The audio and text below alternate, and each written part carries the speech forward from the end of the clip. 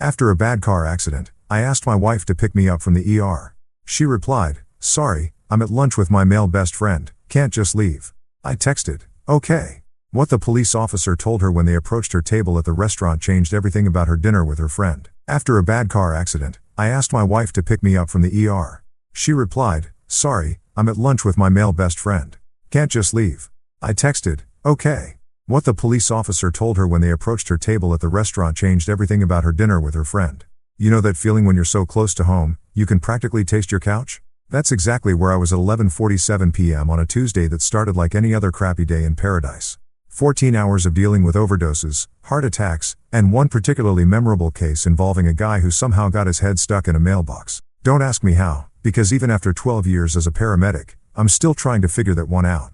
The rain was coming down like God had a personal vendetta against anyone trying to get home safely. My windshield wipers were doing their best impression of an asthmatic trying to run a marathon, and I was squinting through the streaks, thinking about nothing more complicated than a cold beer and maybe catching the tail end of whatever garbage was on late night TV.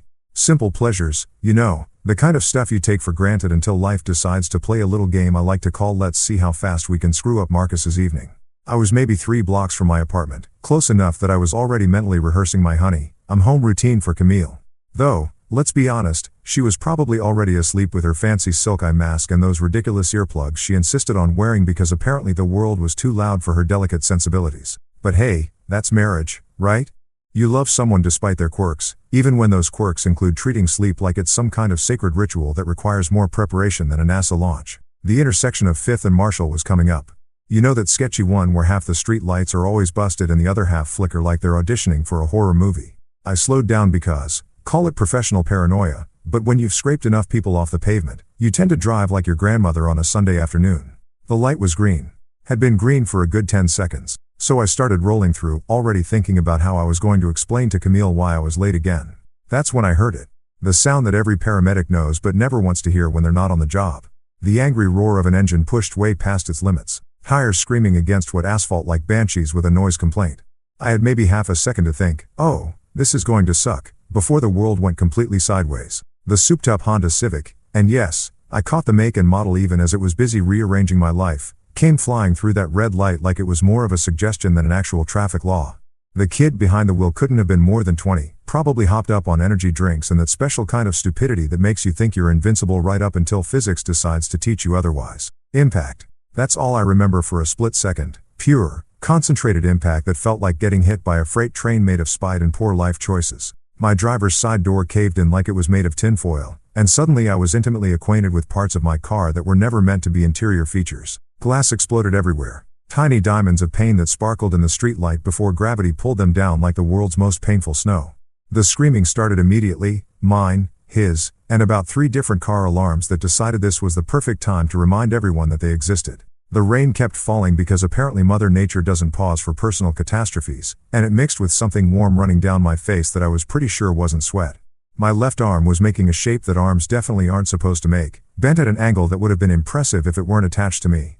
The pain hit in waves, starting as a dull roar and building to a crescendo that made my teeth ache. My head felt like someone was using it as a bass drum, and when I tried to focus on anything specific, the world kept sliding in and out of focus like a broken camera lens. Then came the darkness. Not the peaceful kind you get when you're falling asleep after a good day, but the heavy, oppressive kind that feels like being buried alive. I could hear voices getting farther away, sirens in the distance getting closer, and the steady patter of rain on metal that sounded like applause for the universe's latest joke at my expense. When I came back to something resembling consciousness, I was staring up at faces I recognized. Jimmy Rodriguez and Sarah Chun from Station 19, 2 of the best paramedics in the city and people I'd worked alongside more times than I could count. The irony wasn't lost on me that I was now on the receiving end of the same professional calm I'd used on countless patients over the years. "Easy there, Marcus," Jimmy was saying, his voice carrying that practiced reassurance we all learned to use when things were bad but not hopeless. "We got you, man. Just stay with us." My vision kept swimming in and out of focus, but I could make out the familiar ritual, the careful extraction, the neck brace, the backboard that always felt like lying on a medieval torture device. Sarah was doing the thing with my arm that I'd done 1,000 times myself, the gentle probing that tells you everything you need to know about how badly you're screwed. Officer Ronan Pierce showed up just as they were loading me into the ambulance. Good old Ronan, who'd been dealing with the aftermath of car crashes almost as long as I'd been patching up the survivors. We'd grabbed beers together, complained about the job, shared the kind of dark humor that keeps you sane when you spend your days cleaning up other people's worst moments.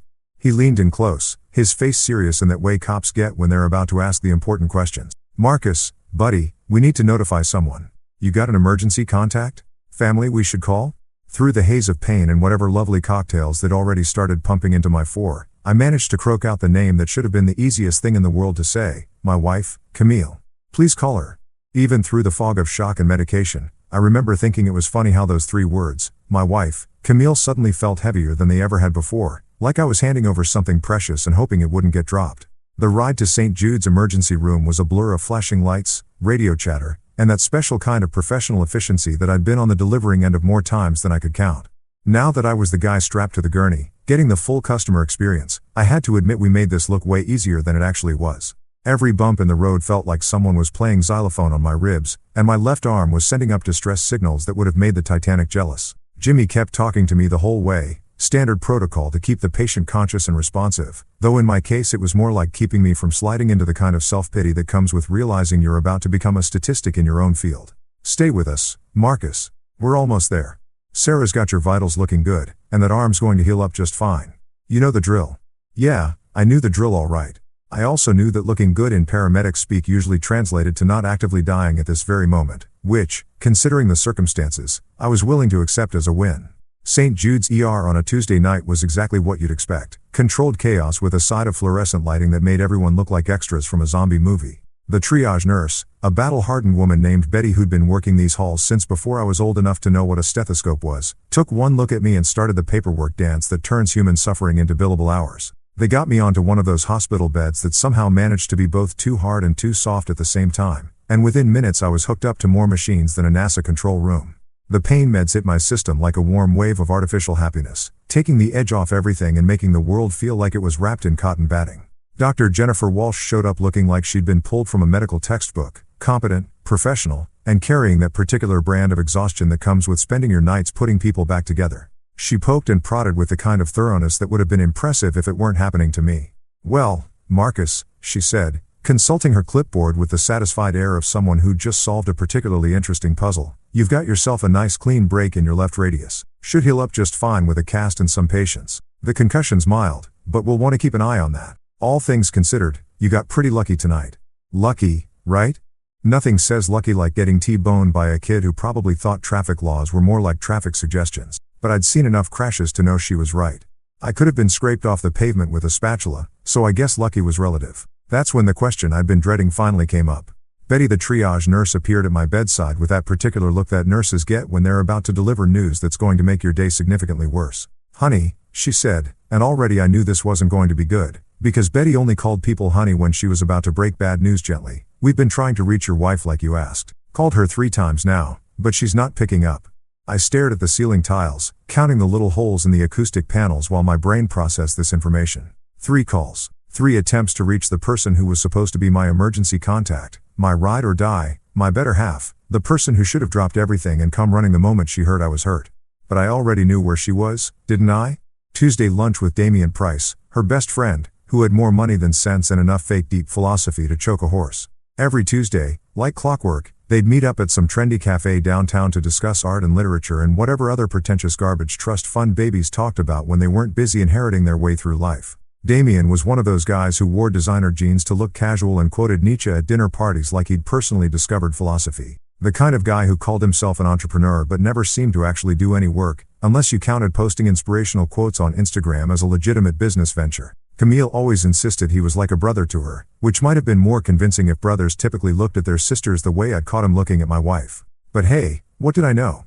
I was just the husband who worked 14-hour shifts saving lives while she discussed the deeper meaning of abstract art over $20 salads. The pain meds made my fingers feel like they belonged to someone else, but I managed to fish my phone out of my pocket with my good hand. The screen was cracked, probably happened during my intimate encounter with that Honda Civic, but it still worked well enough to send a text. I typed slowly, each letter a small victory against the fog in my brain. Car accident. I'm at St. Jude's ER. Broken arm. Can you pick me up? I hit send and waited. The little delivered notification popped up immediately, so I knew the message went through. Then came the 3 dots that meant she was typing back, and for a moment I felt this pathetic surge of relief. Maybe she'd panic. Maybe she'd apologize profusely for not answering. Maybe she'd drop everything and rush over like a normal person would when their spouse ended up in the hospital. The response that came back was a masterclass in exactly how not to react when your husband nearly dies in a car crash. Uck Marcus, that sucks. But I'm at lunch with Damien. It's important. Can you get a cab? Let me know how it goes. I read it once, then again, then a third time, because surely I was misunderstanding something. Maybe the concussion was affecting my reading comprehension. Maybe the pain meds were making me see things that weren't there. But no, there it was in black and white on my cracked phone screen. Her husband was in the emergency room, and her primary concern was that it might inconvenience her very important lunch date with her very important friend who wore scarves in July and thought having opinions about wine made him interesting. Uck Marcus, that sucks. Like I'd told her I was stuck in traffic or ran out of milk. Can you get a cab? Because nothing says loving spousal support quite like suggesting your injured husband take public transportation home from the hospital. The really beautiful part was let me know how it goes. As if my medical emergency was some kind of minor inconvenience that she'd check in on later when it was more convenient for her social calendar. I stared at that message for what felt like hours but was probably only a few minutes, feeling something shift inside my chest that had nothing to do with the accident and everything to do with the slow dawning realization that I was married to someone who was genuinely, spectacularly selfish. Not just inconsiderate or thoughtless, actually fundamentally incapable of seeing beyond her own immediate needs and wants. Betty came back to check on me, and I could tell from her expression that she'd been hoping for better news about my emergency contact situation. Any luck reaching your wife, honey? I held up my phone, showing her the text exchange. Betty read it, and I watched her professional nurse expression crack just slightly around the edges. Oh, she said, and that one word contained about 17 different kinds of disapproval. I managed what I hoped was a smile, though it probably looked more like a grimace. Yeah. Oh. With my good hand, I slowly typed out a response that would have won awards for understatement. Okay. Just okay. Because really, what else was there to say? My wife had just told me that her lunch plans were more important than her husband's trip to the emergency room, and somehow, lying there in that hospital bed with machines beeping around me and my arm throbbing despite the medication, that one word felt like the most honest thing I'd said in years. You know that moment when you're standing at the edge of a cliff and you realize you have two choices, step back to safety or jump into the unknown? That's exactly where I was, lying in that sterile hospital bed with nothing but the steady beep of machines and the distant sound of other people's emergencies echoing through the halls. The pain meds had kicked in full force by now, wrapping everything in a nice fuzzy blanket of artificial calm, but my mind was crystal clear in a way it hadn't been in years. That text from Camille, all 23 words of pure, concentrated selfishness, had done something to me that no amount of medication could touch. It wasn't just disappointment anymore, though God knows I'd had plenty of practice with that particular emotion over the past few years of our marriage. No, this was something else entirely. This was the sound of the last thread snapping, the final straw breaking the camel's back, the moment when you realize you've been playing a game where only one person knew the rules. I stared at my phone screen until the letters started to blur together, reading that message over and over like maybe if I looked at it enough times, the words would magically rearrange themselves into something that resembled basic human decency. But nope, there it was in all its glory, a perfect little snapshot of exactly how much my wife valued our relationship when it came into conflict with her social calendar. The really beautiful part was how she'd signed off with "let me know how it goes." Like she was checking in on a dentist appointment or waiting to hear how a job interview went. Not "I'm coming right now." Not "oh my god, are you okay?" Not even "I'll be there as soon as I can." Just a casual request for updates when convenient, like I was live tweeting my medical emergency for her entertainment.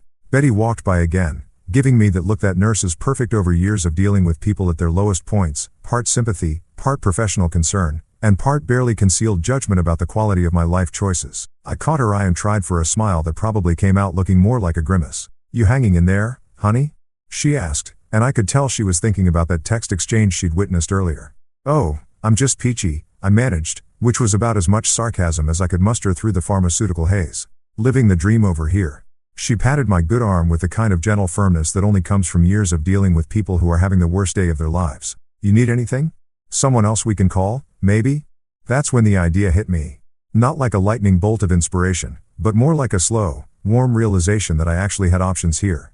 See, the thing about being married to someone for 6 years is that you learn their routines, their habits, their little rituals. And Camille's Tuesday lunch with Damien wasn't just any old lunch. It was a production, a carefully orchestrated performance of sophistication and culture that always happened at the same place, at the same time, with the same pretentious attention to detail. The Marlowe Cafe downtown, where they served $15 avocado toast and called it artisanal because apparently adding an adjective made it worth 3 times what normal toast should cost. Where Damien would hold forth about whatever book he'd skimmed that week, while Camille hung on his every word like he was dispensing wisdom from on high instead of just regurgitating what he'd read on Wikipedia. I knew exactly where she was. And more importantly, I knew she'd be there for at least another hour because Camille never cut these lunches short. They were too important to her self-image, too central to whatever fantasy she'd built about herself as some kind of intellectual socialite who discussed philosophy over wine at 2 in the afternoon on a Tuesday. The pain meds were making me feel loose and reckless in a way that probably should have been a warning sign, but instead felt like permission. Permission to stop being the understanding husband, the guy who made excuses for his wife's behavior, the pushover who accepted I'm busy with Damien as a reasonable response to a medical emergency. I picked up my phone again, scrolling through my contacts until I found Ronan's number. Officer Ronan Pierce, good old reliable Ronan, who'd been dealing with the aftermath of people's bad decisions for almost as long as I'd been patching up the results. We'd grabbed beers together after particularly rough shifts, commiserated about the job, shared the kind of gallows humor that keeps you sane when your daily routine involves cleaning up other people's worst moments. More importantly, Ronan was exactly the kind of by-the-book cop who took emergency notification seriously, the kind of guy who believed that when someone ended up in the hospital, their emergency contact should actually be contacted, even if it meant interrupting their very important lunch date. My finger hovered over his number for just a moment while the last rational part of my brain tried to talk me out of what I was about to do. This is petty, it whispered. This is vindictive. This is going to cause a scene and embarrass Camille in front of her precious friend and probably end up making things worse between us in the long run. But you know what? That rational voice could go straight to hell. Because it had been making excuses for Camille's behavior for years, and where had that gotten me? Lying alone in a hospital bed while my wife prioritized her social life over my well-being. I hit the call button. Ronan picked up on the second ring, his voice carrying that particular blend of authority and concern that cops use when they're not sure if they're about to deal with an emergency or just another routine call. Pierce here. Marcus, how you holding up, buddy? Hey, Ronan, I said, and even through the medication fog, I could hear something different in my own voice. Something harder, more resolved. I'm doing okay, all things considered, but I've got a situation with my emergency contact. Yeah, what's going on?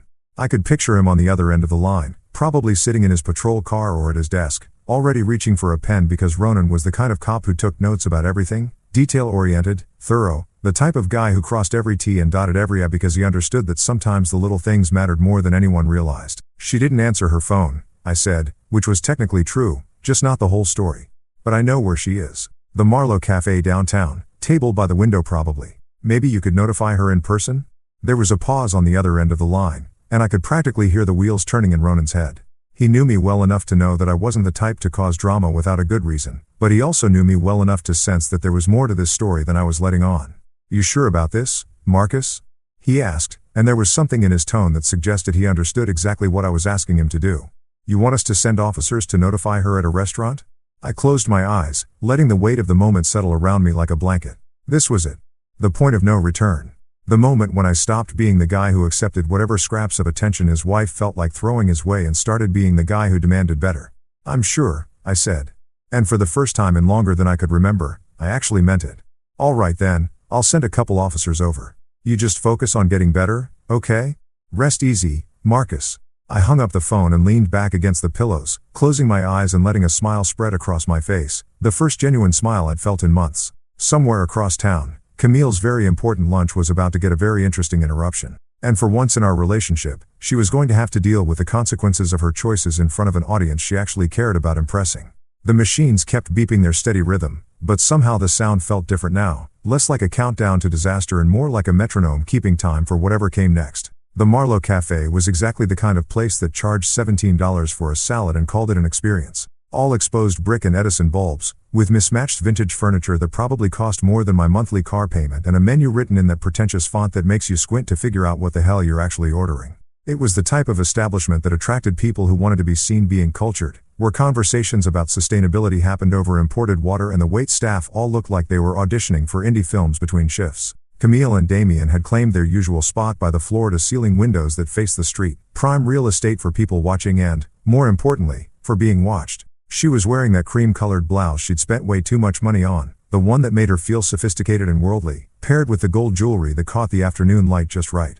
Damien was in his standard uniform of artfully distressed jeans and a button-down that probably cost more than most people's weekly grocery budget, his perfectly tousled hair looking like he'd just rolled out of bed, if beds came with personal stylists. They looked like a spread from some lifestyle magazine, Two beautiful people having a beautiful conversation in a beautiful space, completely insulated from the harsh realities of the world outside their bubble of privilege and pretension. Camille was laughing at something Damien had said, that musical laugh she used when she wanted to seem charmed and delighted, while he gestured with his wine glass like he was conducting an orchestra of his own brilliance. The other diners were the usual crowd you'd expect at a place like this, young professionals trying to impress clients, stay-at-home moms treating themselves to an expensive lunch away from the kids, and a few genuine food enthusiasts who didn't mind paying premium prices for what was admittedly pretty decent cuisine. Everyone was absorbed in their own little worlds of conversation and carefully curated experiences, the kind of people who photographed their food before eating it and posted reviews on Yelp that used words like elevated and transcendent. That's when the atmosphere shifted. The front door opened with a little electronic chime that announced new arrivals, but instead of another pair of well-dressed diners or a nervous couple on a first date, two police officers walked in. Not detectives in suits trying to blend in, but full uniform, badge and gun wearing, official business police officers who looked like they meant business and weren't particularly interested in the artisanal bread service. The effect was immediate and dramatic. Conversations didn't just pause, they died mid-sentence, leaving behind the kind of silence that only happens when something completely unexpected crashes into a carefully controlled environment. Forks stopped halfway to mouths, wine glasses froze in mid-sip, and every head in the place turned toward the door like they were watching a tennis match where the ball had just exploded. Officer Janet Mills led the way, a tall, no-nonsense woman with about 15 years of experience dealing with people on what were usually the worst days of their lives. Her partner, Officer David Chen, followed close behind, both of them scanning the room with the practiced efficiency of cops who knew how to spot what they were looking for in a crowd. Their boots made solid, authoritative sounds against the polished concrete floor, a rhythmic counterpoint to the sudden hush that had fallen over the entire restaurant. They approached Camille's table with the kind of purposeful stride that left no doubt about their destination. Every eye in the place was following their progress, and I could practically feel the collective intake of breath as the other diners realized they were about to witness some kind of drama unfold in real time. Officer Mills stopped directly beside Camille's chair, her presence commanding and impossible to ignore. Damien's fork was still suspended in mid-air, a piece of arugula dangling from it like a green flag of surrender, while Camille looked up with the kind of confused expression people get when their perfectly ordered world suddenly develops an unexpected crack. "Ma'am," Officer Mills said, her voice carrying clearly across the now silent restaurant, "are you Camille Lane?" The question hung in the air like smoke, and I could imagine Camille's mind racing to process what was happening. Her name spoken by a police officer in front of all these people, in the middle of her very important lunch with her very important friend. The color started draining from her face as the implications began to sink in. "Yes," she managed, her voice smaller than usual, lacking the confident tone she used when discussing art installations or the deeper meaning of whatever pretentious novel Damien had recommended that week. What's wrong?" Officer Mills consulted her notepad with the kind of professional detachment that comes from delivering bad news so often it becomes routine. "Your husband, Marcus Lane, was involved in a major vehicle accident earlier this afternoon. He was transported by ambulance to St. Jude's Hospital with significant injuries. We've been trying to contact you for over 2 hours. He listed you as his emergency contact." The words hit the restaurant like a physical force. I could imagine the collective gasp from the other diners, the way conversations at nearby tables would resume in urgent whispers, the way people would lean forward slightly to make sure they didn't miss any of this unexpected entertainment. Damien's reaction was particularly satisfying to imagine, his carefully cultivated image of sophisticated worldliness cracking like cheap paint as he realized he was suddenly part of a very real, very serious situation that couldn't be solved with wine pairings or intellectual discussions. His fork finally completed its journey to the table, forgotten, as he stared at the officers with the expression of someone who'd just realized the world contained problems that trust funds couldn't fix. "Significant injuries," Camille repeated, and I could picture her voice cracking slightly on the words. The woman who'd texted "that sucks" was now faced with the reality of what that actually meant, delivered by uniformed officers in front of a room full of witnesses who were hanging on every word. Officer Mills continued with the kind of professional thoroughness that Ronan had undoubtedly requested. "He suffered a broken arm and concussion when another vehicle ran a red light and struck his car. The accident occurred at approximately 11:47 p.m. He's currently stable at St. Jude's Emergency Department." The silence in the restaurant was so complete you could have heard a pin drop, except for the soft jazz music still playing through the speakers, an absurdly cheerful soundtrack to what was rapidly becoming the most uncomfortable lunch of Camille's life. "We've been attempting to reach you since the accident occurred," Officer Chen added, his tone carrying just a hint of reproach that suggested he'd been briefed on exactly how long they'd been trying to contact the victim's wife. "Multiple calls to your listed number went unanswered." I could imagine Camille's phone sitting silent in her purse while she focused on more important things like Damien's thoughts on postmodern literature or whatever philosophical garbage they'd been discussing while her husband lay bleeding in a hospital bed. He specifically asked us to notify you in person, Officer Mills concluded, and those words were probably the most beautiful thing I'd ever heard, even though I wasn't there to witness their impact firsthand. The officer's tone was perfectly neutral, completely professional, but somehow managed to carry an undertone that suggested exactly what she thought about a wife who couldn't be reached when her husband was fighting for his life. It was the kind of subtle judgment that only comes from years of dealing with people's priorities and finding them wanting. You'll also need to coordinate with the towing company regarding personal effects from the vehicle, Officer Chen added, consulting his own notes. The car was declared a total loss at the scene. Here's the information for the impound lot. He handed her a business card, and I could imagine her taking it with shaking hands, still trying to process the fact that her husband's car, and nearly her husband, had been destroyed while she was discussing the artistic merit of overpriced appetizers. That's all the information we have at this time, ma'am, Officer Mills said, closing her notepad with a decisive snap that probably echoed through the silent restaurant like a gunshot. We strongly suggest you proceed to the hospital immediately. And then, with the same professional efficiency they'd used to enter, both officers turned and walked toward the door, their job complete, leaving behind a dining room full of people who'd just witnessed someone's carefully constructed world collapse in real time.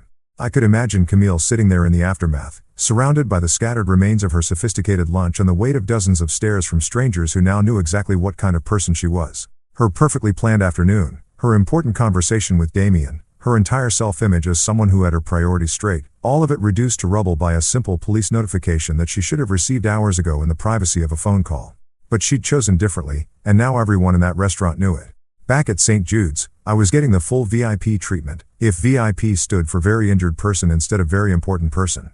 Dr. Walsh had just finished explaining the thrilling details of my medical situation while a nurse who looked like she could bench press a small car carefully maneuvered my busted arm into what would become my stylish new accessory for the next 6 to 8 weeks. The cast was going to be that lovely hospital beige color that screamed I made poor life choices, but hey, at least it would match my current mood. The stitches were the fun part. Apparently, when glass decides to redecorate your face, it likes to get creative with the patterns. Nothing too dramatic, just a few artistic slashes that would probably leave me looking like I'd gotten into a fight with a very small but very determined ninja. The doctor assured me they'd heal up fine and barely leave scars, which was great news for my already devastated modeling career. I was lying there contemplating the acoustic tiles in the ceiling and wondering if there was some kind of cosmic joke being played at my expense when I heard a familiar voice cutting through the usual hospital chaos like a machete through bureaucratic red tape. Where is he? Where's my idiot brother? Tessa. My younger sister, the human hurricane who could turn a library into a war zone just by walking through the doors. I heard her before I saw her, which was usually the case with Tess. She had a voice that could cut through steel and a personality to match. The sound of her approach was like hearing the cavalry charge, if the cavalry wore designer boots and had a master's degree in corporate warfare. She appeared in my doorway looking exactly like what she was, a successful marketing executive who'd just abandoned whatever important meeting she'd been in to rush to the hospital. Her blonde hair was still perfectly styled despite the obvious speed with which she'd gotten here, and she was wearing one of those power suits that cost more than most people's monthly rent. Tessa had always been the sibling who landed on her feet, the one who turned every setback into a comeback story and every obstacle into a stepping stone.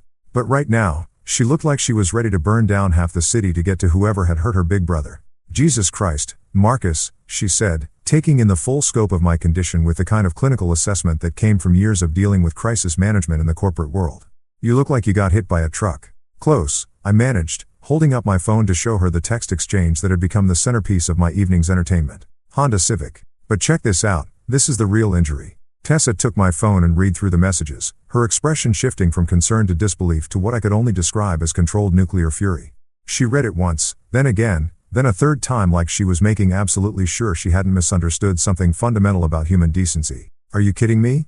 She said, and I was pretty sure the nurse 3 rooms over could hear her. She said, that sucks about her husband being in a car accident?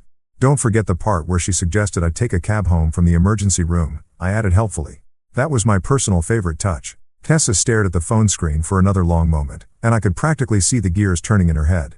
My sister didn't just get angry, she got strategic. When Tessa decided someone needed to be dealt with, she approached it like a military campaign, complete with tactical planning and precision execution. Oh, we're done, she said finally, handing me back my phone with the kind of careful control that suggested she was fighting the urge to throw it against the wall. We are so done with this bullshit. We? I asked, though I had a pretty good idea where this was heading. Marcus, I've been watching you make excuses for that woman for 6 years, Tessa said, pulling up the visitor's chair with more force than strictly necessary. 6 years of watching her treat you like an inconvenience, like some kind of backup plan she keeps around for when her real life gets boring. And now this. She gestured at my cast, my stitched-up face, the general disaster that had become my evening. Your husband is lying in a hospital bed and her biggest concern is that it might interrupt her lunch date with Captain Trust Fund? No. Absolutely not. This ends tonight. The thing about Tessa was that when she made a decision, it wasn't really a suggestion or a proposal. It was more like a natural law that the universe just had to adjust to accommodate. She'd been that way since we were kids, the little sister who somehow ended up being the one calling the shots by sheer force of will and an absolute refusal to accept anything less than what she considered acceptable. I'll take you home, she continued, already pulling out her own phone and scrolling through her contacts like a general reviewing her available troops. But first, we're going to deal with Camille. Permanently. Tess, I started, but she held up a hand that could have stopped traffic. No, she said firmly. No more but she's my wife or but I love her or any of that garbage. She just showed you exactly who she is and exactly how much you matter to her. When someone tells you who they are, Marcus, you listen. She was right. Of course, Tessa was almost always right about people, which was probably why she'd been so successful climbing the corporate ladder while I'd been content to spend my days patching up other people's mistakes. She had this ability to cut through all the noise and see people for exactly what they were, without the rose-colored glasses that the rest of us use to make reality more palatable. Besides, she added, her voice taking on that particular tone that meant she'd already started planning whatever came next, this isn't just about tonight. This is about all the nights, all the times she's chosen something or someone else over you, all the ways she's made you feel like you should be grateful for whatever scraps of attention she felt like throwing your way. I thought about that for a moment, letting the truth of it settle in my chest next to all the other uncomfortable realizations this night had brought. Tessa wasn't wrong. This wasn't an isolated incident. It was just the most obvious example of a pattern that had been going on for years. All those times Camille had been too busy, too tired, too focused on her own priorities to make space for mine. All those moments when I told myself that this was just how marriage worked, that compromise meant accepting less than what you actually needed. So what are you suggesting? I asked, though I suspected I already knew the answer. Tessa's smile was the kind that had probably sent shivers down the spines of countless corporate executives who'd underestimated her over the years. It was the smile of someone who'd just figured out how to solve a problem that everyone else thought was unsolvable. I'm suggesting we clean house, she said, scrolling through her phone with the focused intensity of someone who was already 3 steps ahead of the conversation. I'm suggesting we make sure that when Princess Camille finally decides to grace us with her presence, she finds out exactly what happens when you choose a lunch date over your husband's life. The machines kept beeping their steady rhythm around us, but somehow the sound felt different now, less like medical equipment monitoring a patient and more like a countdown timer marking the end of something that had been broken for longer than I'd been willing to admit. We're going to clear her out of your life, Tessa said with the kind of finality that suggested the decision had already been made and the rest was just logistics. Completely. Permanently. And we're going to do it right. And looking at my sister's face, seeing the determination there that I'd watched her used to bulldoze through every obstacle life had thrown her way, I realized that for the first time in years, I actually believed that things were about to change. The beautiful thing about pain medication is that it doesn't just dull physical pain, it also provides this lovely buffer between you and the emotional train wreck that your life has suddenly become. So when my phone started buzzing like an angry wasp trapped in a jar, I was able to watch the incoming messages from Camille with the kind of detached fascination usually reserved for nature documentaries about predators in their natural habitat. The first text came through while Tessa was still in full battle planning mode, scrolling through her contacts and muttering things that would have made a sailor blush. My phone lit up with Camille's name, and I have to admit, there was a moment where some pathetic part of me thought, maybe, just maybe, she was calling to apologize, to explain, to somehow make this whole disaster make sense. I should have known better. I'm on my way. I didn't know it was that serious. That was message number 1. And already, I could feel my blood pressure rising despite the pharmaceutical cocktail keeping me artificially calm. She didn't know it was that serious. I'd literally told her I was in the emergency room with a broken arm. What part of emergency room and broken arm suggested a minor inconvenience that could wait until after dessert and coffee? But wait, there was more. Because apparently when Camille was on a roll, she really committed to the performance. Why didn't you call more than once? And there it was. The classic deflection move that I'd seen her pull countless times over the years. Something goes wrong and somehow it becomes someone else's fault. Never mind that she'd ignored 3 calls from the hospital while her husband was being cut out of a mangled car. Never mind that any normal human being would have answered their phone when the hospital kept calling. No, the real problem was that I hadn't tried hard enough to reach her. Tessa looked up from her phone when she heard me make that particular sound that's somewhere between a laugh and a growl. What now? She asked, though her expression suggested she already knew this wasn't going to be good news. I showed her the messages, watching her face cycle through the same progression of emotions I'd just experienced. Confusion, disbelief, and finally the kind of cold fury that made me glad we were related instead of enemies. Oh, this bitch has some serious balls, Tessa said, and I was pretty sure the elderly patient in the next bed could hear her through the thin walls. She's actually trying to make this your fault. Before I could answer, my phone buzzed again. Message number 3 in what was rapidly becoming a masterclass in how not to respond when your spouse nearly dies in a car accident. Did you seriously send cops to embarrass me? That was cruel, Marcus. I stared at that message for a long moment, feeling something shift inside my chest that had nothing to do with the accident and everything to do with the slow dawning realization that I was married to someone who was genuinely, spectacularly selfish. Not just inconsiderate or thoughtless, actually fundamentally incapable of seeing beyond her own immediate needs and wants.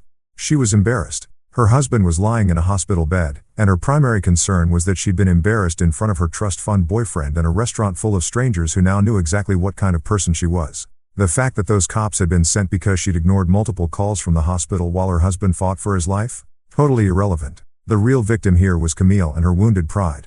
Let me guess, Tessa said, reading over my shoulder. She's mad that you made her look bad. Gets better, I said.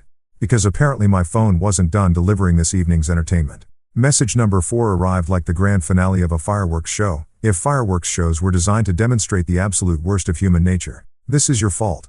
3 words. 3 simple, beautiful words that somehow managed to encapsulate everything wrong with my marriage and everything I'd been too stupid or too stubborn to see for the past 6 years. This, all of this, was my fault. The accident was my fault, presumably because I'd had the audacity to drive home from work. The hospital visit was my fault, probably because I should have been more careful about getting T-boned by teenagers with more horsepower than brain cells. The police notification was my fault because I should have somehow known that my wife would be too busy discussing postmodern art to answer her phone when the hospital called. Hell, knowing Camille, my broken arm was probably my fault too, because I should have been tougher or more resilient or better at predicting when drunk kids were going to run red lights. Tessa read that last message and went very, very quiet. In my experience, when my sister went quiet, it usually meant someone was about to have a very bad day, and that someone was typically whoever had been stupid enough to piss her off. Marcus, she said, her voice carrying the kind of deadly calm that corporate executives probably heard right before they got fired. I need you to listen to me very carefully. Are you listening? I'm listening, I said, though honestly, the pain meds were making everything feel like it was happening underwater. I want you to block her number right now, before she sends any more of this toxic garbage your way. I looked down at my phone, at the string of messages that read like a textbook example of emotional manipulation and victim blaming. Part of me, the part that had been making excuses for Camille's behavior for years, wanted to argue, wanted to say that she was probably just panicked, that people said stupid things when they were scared, that maybe if I just gave her a chance to explain, this would all make sense somehow. But the rest of me, the part that was finally starting to wake up after years of sleepwalking through my own life, knew better. This wasn't panic. This wasn't fear. This was Camille showing me exactly who she was when the chips were down, when something actually mattered, when she had to choose between her own convenience and her husband's well-being. And she'd chosen convenience. She'd chosen Damien and his philosophical bullshit and her precious lunch over the man she'd promised to love and honor and all that other stuff that apparently only applied when it was convenient for her social calendar. You know what? I said, scrolling through my phone settings with my good hand. You're absolutely right. I found her contact information and hit the magic button that would send any future communications from my loving wife straight into the digital void where they belonged. Block contact. Are you sure? Yes, I was sure. More sure than I'd been about anything in a very long time. The screen confirmed the action with a little notification that somehow felt more satisfying than any of the pain medication they'd been pumping into my system. Camille Lane, contact blocked. 3 beautiful words that felt like the first honest thing that had happened all day. There, I said, showing Tessa the screen. Done. She smiled, not the corporate shark smile from earlier, but something warmer, prouder. Good. Now, what do you say we make sure she gets the message loud and clear? I looked at my sister, this force of nature who'd dropped everything to rush to my side when I needed her, who'd seen through Camille's bullshit years before I'd been ready to admit it existed, who was now ready to go to war on my behalf without asking for anything in return. What did you have in mind? I asked. Tessa's smile widened, and I realized that blocking Camille's number was just the opening move in whatever game my sister was about to play. And judging by the look in her eyes, it was going to be a game that Camille was completely unprepared for. Oh, Marcus, she said, already dialing someone on her own phone. You're going to love this. We're going to clean house, and we're going to do it right.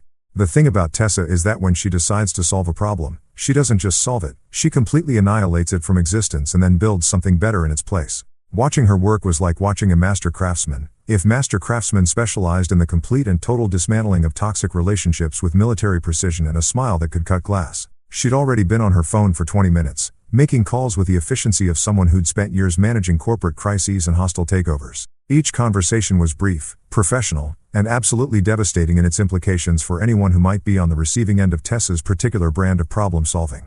"Morgan Movers," she said, covering the phone and grinning at me like a cat who'd just figured out how to open the canary cage. "They specialize in what they call relationship transition services. Basically, they're the Navy SEALs of breakup logistics." I had to admire the entrepreneurial spirit of whoever had figured out there was money to be made in helping people extract themselves from bad relationships. It was like divorce court, but with better customer service and probably fewer lawyers involved. Though knowing Tessa, she'd probably already thought of that angle too.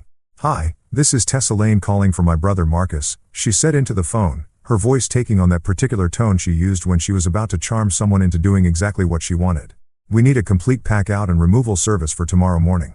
1-bedroom apartment downtown. Everything belonging to one specific person needs to be boxed, labeled, and ready for pickup." She paused, listening to whoever was on the other end, probably some poor customer service rep who had no idea they were about to become part of Tessa's campaign to reshape my entire life. "No, he won't be present during the packing," she continued, and I could practically hear the satisfaction in her voice. "We'll provide a detailed list of items and photographs for identification." Yes, this is a standard relationship dissolution. Very standard. The way she said very standard made it sound like failed marriages were just another item on her to-do list, somewhere between quarterly budget reviews and strategic planning meetings, which, knowing my sister, they probably were. While she handled the logistics of Operation Remove Camille from my life, I found myself thinking about all the stuff that was scattered around my apartment. 6 years of accumulated couple debris. Her expensive skincare products taking up half the bathroom counter. Her collection of scented candles that apparently served some mysterious purpose beyond making the place smell like a Yankee Candle store had exploded. And that god-awful modern art piece she'd insisted on hanging in the living room that looked like someone had sneezed paint onto a canvas and called it evocative. The clothes alone would probably take hours to sort through.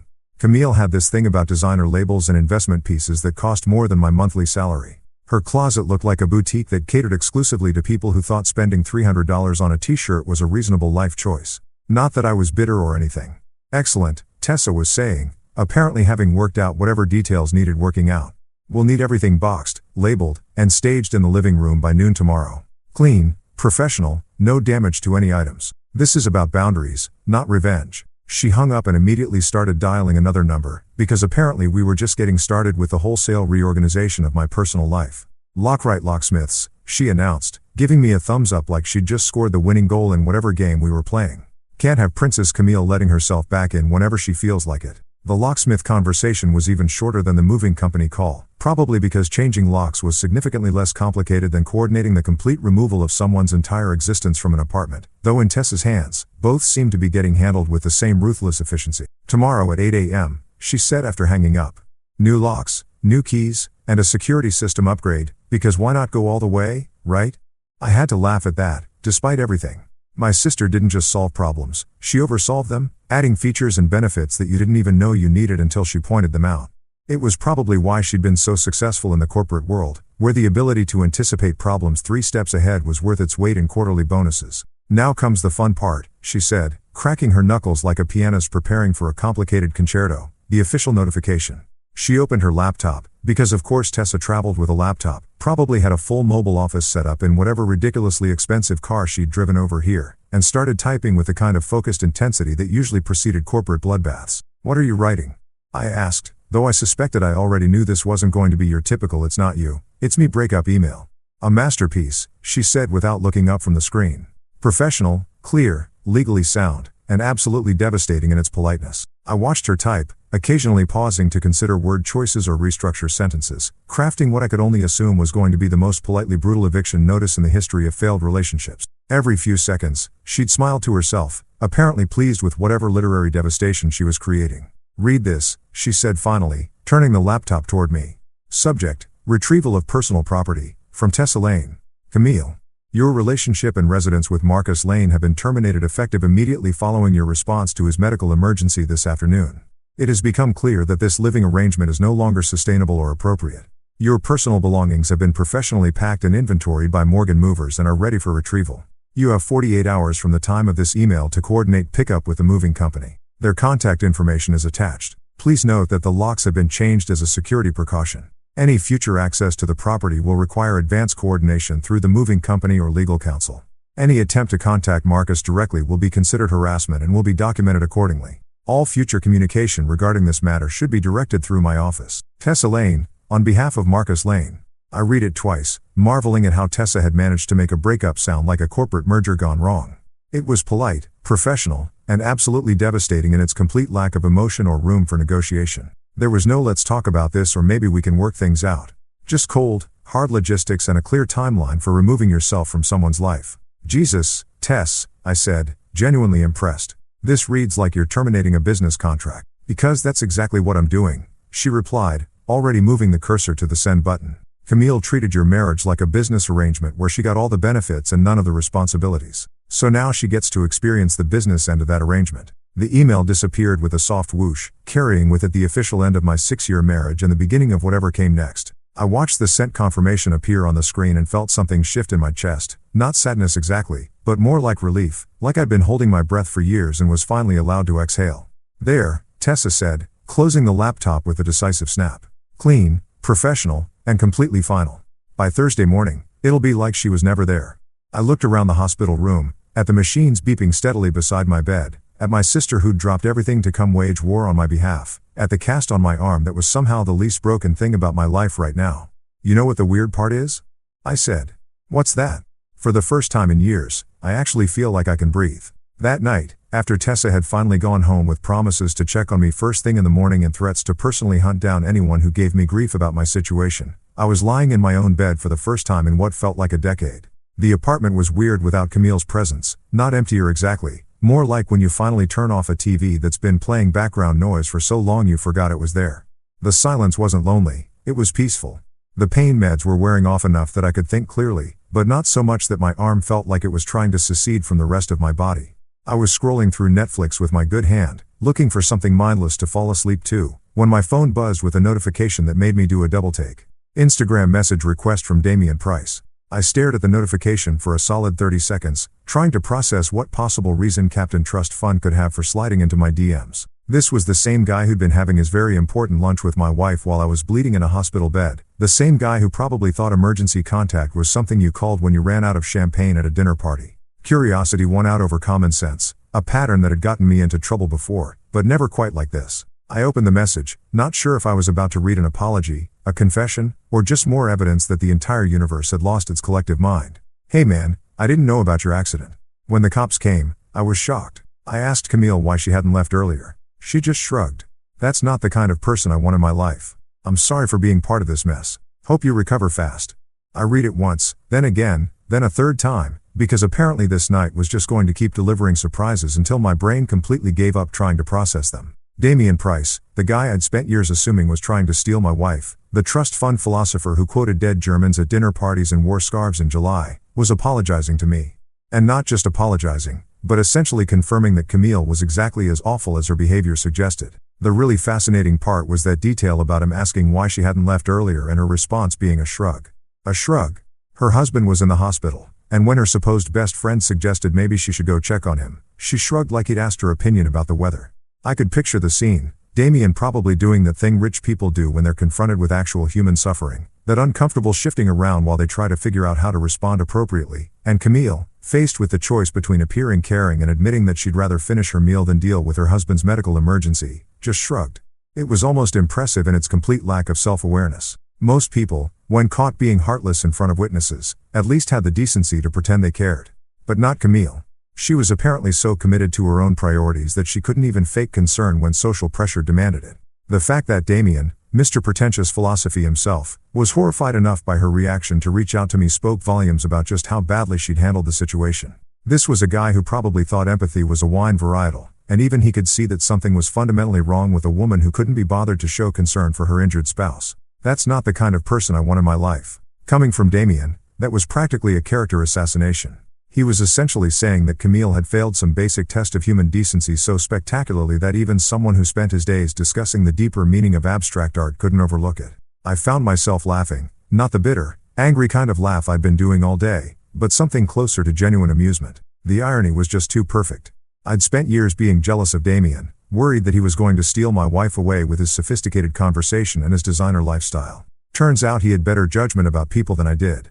The message was weak, sure, it was the kind of apology that rich people give when they want to distance themselves from someone else's bad behavior without actually taking any real responsibility. But it was also revealing in ways that Damien probably didn't realize. He'd been there.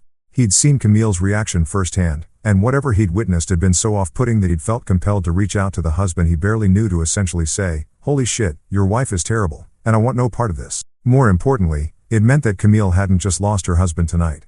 She'd also lost her backup plan, her safety net, her best friend who'd been providing her with the intellectual stimulation and sophisticated companionship that apparently I was too blue-collar to offer. Damien Price, with his trust fund and his philosophical pretensions and his carefully curated lifestyle, had looked at Camille's behavior and decided she wasn't worth keeping around. The guy who probably had women throwing themselves at him left and right had seen enough of my wife's true character in one afternoon to know he wanted nothing to do with her. That was the most damning indictment of all.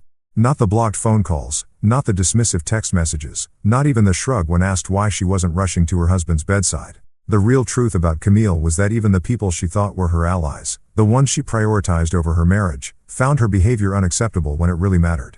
I thought about responding to Damien's message, maybe thanking him for the information or asking for more details about exactly what had happened at that restaurant, but honestly, what was the point? The damage was done. The truth was out. And adding more drama to this shitstorm wasn't going to change anything.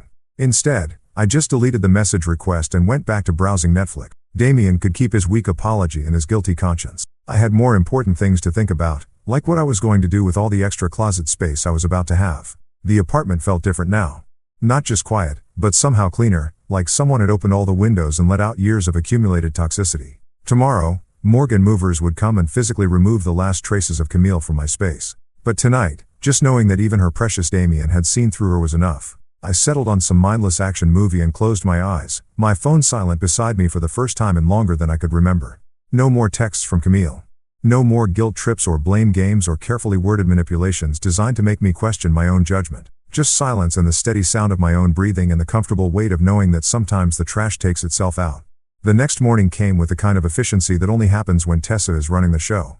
By 8 a.m. sharp, Lockright locksmiths had already come and gone, leaving me with a set of shiny new keys and the satisfying knowledge that my apartment was now officially a Camille-free zone. The security system upgrade was overkill, but I had to admit there was something deeply satisfying about having a digital fortress protecting my newfound peace of mind. Morgan movers arrived at exactly 9 a.m. with the kind of professional cheerfulness that suggested they'd done this dance many times before. The team leader, a compact woman named Rosa who looked like she could bench press a piano, took one look around my apartment and nodded with the satisfaction of someone who'd seen it all and wasn't impressed by any of it. "Standard relationship dissolution," she said, consulting her tablet like she was reading a grocery list. "We've got the inventory list your sister provided, photos for identification, and instructions to treat everything with care regardless of personal feelings about the situation." I had to respect the professionalism. These people had turned heartbreak into a business model, and judging by their efficiency, business was probably pretty good. Rosa and her team moved through my apartment like surgical technicians, carefully identifying and boxing everything that belonged to Camille with the kind of methodical precision that would have impressed an accountant. Watching strangers pack up 6 years of someone else's life was surreal in a way that I hadn't expected. They handled Camille's expensive skincare products like they were diffusing bombs, wrapped her designer clothes in tissue paper like they were museum artifacts, and carefully bubble-wrapped that god-awful modern art piece that had been haunting my living room wall for the past 3 years. "This piece here," Rosa said, gesturing at the painting that looked like someone had sneezed rainbow colors onto a canvas. "The notes say it's valued at $15,000? "That's what she paid for it," I confirmed, trying not to sound bitter about the fact that my wife had spent more on one piece of abstract nonsense than I made in 2 months. "It's supposed to represent the fluidity of emotional expression or some shit like that." Rosa nodded with the kind of professional neutrality that suggested she'd heard worse explanations for expensive art. "We'll treat it accordingly," she said, which I assumed meant they'd wrap it up carefully instead of using it as a frisbee, though honestly either option would have been fine with me. The whole process took about 3 hours, during which time my apartment was gradually transformed from the cluttered shrine to someone else's taste into something that actually looked like a place where I might want to live. It was amazing how much space opened up once you removed all the unnecessary bullshit that someone else had insisted was essential for proper living. The scented candles alone filled 2 entire boxes, which raised the question of exactly how many different ways a person needed their living space to smell like a Bath and Body Works had exploded.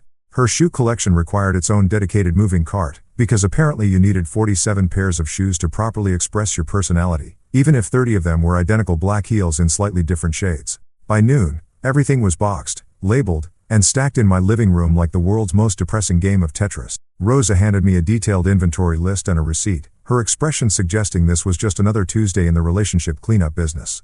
Your sister arranged for storage if pickup doesn't happen within the 48-hour window, she said, checking something off on her tablet. After that, it's not your problem anymore. Not my problem anymore. 4 words that somehow managed to capture the entire spirit of this whole operation. For 6 years, Camille's problems had been my problems. Her priorities had dictated my schedule. Her moods had determined the atmosphere of my home.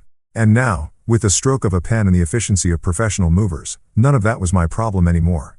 I was admiring the newly spacious living room when the buzzer rang at exactly 2:17 p.m. The security camera showed a sleek black Mercedes parked outside, the kind of car that screamed, "I have money and I want everyone to know it." Camille's father's car.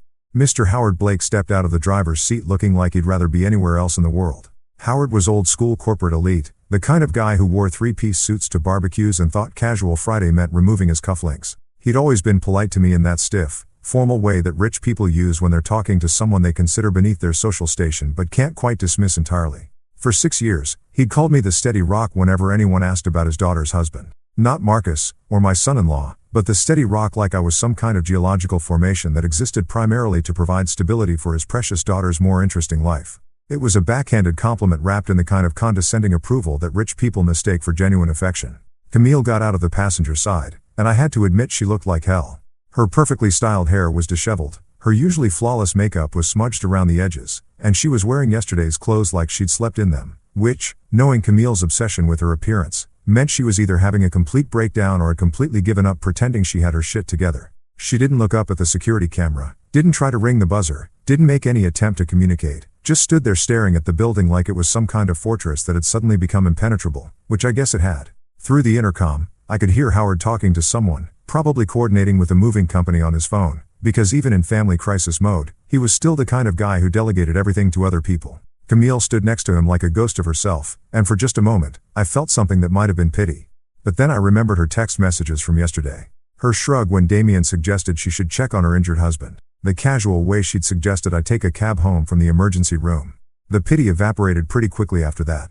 The movers worked with the same professional efficiency they'd shown earlier, loading box after box into the Mercedes with the kind of careful attention that suggested Howard was paying them well to make this as painless as possible. Camille supervised the process with the vacant expression of someone who was watching their entire life get packed into cardboard containers, but she never once looked up at my windows. The whole thing took maybe 20 minutes. 20 minutes to remove 6 years of accumulated relationship debris, to pack up the physical evidence that we'd ever shared a life together, to reduce our entire marriage to a stack of boxes that could fit in the back of a luxury sedan. When they were done, Howard approached the intercom one final time, his voice crackling through the speaker with the formal politeness of someone conducting a business transaction. "Marcus, if you're listening, the items have been retrieved. Camille wanted me to tell you." He paused, and I could imagine him looking at his daughter, waiting for her to provide some final message, some last attempt at explanation or reconciliation. The silence stretched out for almost a full minute before he cleared his throat and continued. "She wanted me to tell you that she left the spare key on your kitchen counter yesterday. That was it. No apology, no explanation, no attempt to salvage anything from the wreckage of our relationship. Just a practical note about key return, delivered through her father like she was a teenager who couldn't be trusted to handle her own affairs." I watched through the window as they got back into the Mercedes and drove away, taking with them the last physical traces of Camille from my life. The car disappeared around the corner, and just like that, it was over. I walked back into my living room and looked around at the space that was now completely, undeniably mine. No designer throw pillows positioned at precise angles. No expensive candles cluttering every surface. No abstract art demanding attention from the walls. Just clean, empty space that I could fill with whatever the hell I wanted. I sat down on my couch, which was apparently mine now since Camille hadn't tried to claim it, and took a deep breath. The apartment smelled different already, less like a showroom and more like a place where someone actually lived. For the first time in years, the silence in my apartment wasn't uncomfortable. It wasn't lonely or oppressive or filled with the weight of unspoken resentments. It was just quiet, peaceful, full of possibility. I closed my eyes and smiled. Finally, peace. 7 months later, and I'm sitting in the same apartment that used to feel like a museum dedicated to someone else's taste. Except now it actually looks like a place where I live. The walls have my pictures on them, shots from work, a few landscapes I took on weekend trips, even that ridiculous photo of me and my paramedic crew after we won the department's chili cook-off. Real life, not the sanitized perfection that Camille had insisted on maintaining. My arm healed up perfectly, just like Dr. Walsh said it would. The scars on my face faded to thin silver lines that most people don't even notice unless I point them out. But the real healing, the stuff that doesn't show up on x-rays, that took a little longer. Turns out when you spend 6 years accepting less than you deserve, it takes some time to remember what you're actually worth. Work's been good. Better than good, actually. Without the constant background stress of managing someone else's emotional needs and social calendar, I've been able to focus on what I'm actually good at. Last month, I got a commendation for handling a multi-car pileup that could have been a complete disaster. Funny how much better you perform when you're not wondering if your spouse will be annoyed that you're working late again. Tessa still checks in regularly, though she's dialed back the protective sister routine now that she's satisfied I'm not going to backslide into making excuses for toxic behavior. She was right about everything, of course, but she's gracious enough not to say I told you so more than once a week. About 3 months ago, Camille tried reaching out. One long, exhausting email that somehow managed to hit every manipulation technique in the handbook. She was sorry. She'd panicked. She didn't realize how serious the accident was. Damien had pressured her to stay at lunch. Blah, blah, blah. The greatest hits of someone who'd finally figured out that actions have consequences, but still couldn't quite grasp the concept of personal responsibility. The email ended with a predictable plea: I miss our life. I want it back. Please think about it. I read it exactly once, then did something that would have seemed impossible 6 months earlier. I didn't respond. Not with anger, not with explanations, not with a detailed breakdown of exactly why she was wrong about everything. I just didn't respond at all. Instead, I set up an email filter that sends anything from her address straight to the trash folder, where it belongs with the rest of the garbage I don't need cluttering up my life. The thing about revenge is that most people think it involves dramatic confrontations and elaborate schemes designed to make the other person suffer. But real revenge, the kind that actually matters, is so much simpler than that. It's silence. It's boundaries. It's waking up in a space where no one treats you like their backup plan. Camille chose risotto and rosé over her husband lying in a hospital bed. She chose her social calendar over basic human decency, her trust fund philosopher over the man who'd spent 6 years trying to make her happy. Those were her choices, and now she gets to live with the consequences of them. I chose differently. I chose peace over drama, self-respect over settlement, silence over endless explanations that would never be enough anyway. The apartment is quiet these days, but it's a good kind of quiet. The kind that comes from knowing you don't have to walk on eggshells or manage someone else's moods or pretend that selfish behavior is just a quirky personality trait. I wake up when I want to wake up, eat what I want to eat, watch whatever garbage I feel like watching on TV without having to endure commentary about how my entertainment choices reflect poorly on my intellectual development. Sometimes I run into people who knew us as a couple, and they ask about Camille with that careful tone people use when they're fishing for gossip. I just tell them we're not together anymore and change the subject. No drama, no detailed explanations, no bitter rants about her character flaws. Just a simple statement of fact and a firm redirect to literally anything else. I erased her from my story completely, and I'm writing a better one now. One where the protagonist doesn't accept crumbs and call it a feast. Where the hero actually values himself enough to demand better treatment. Where the ending involves peace instead of chaos. It's a good story, and for the first time in years, I'm looking forward to seeing how it turns out.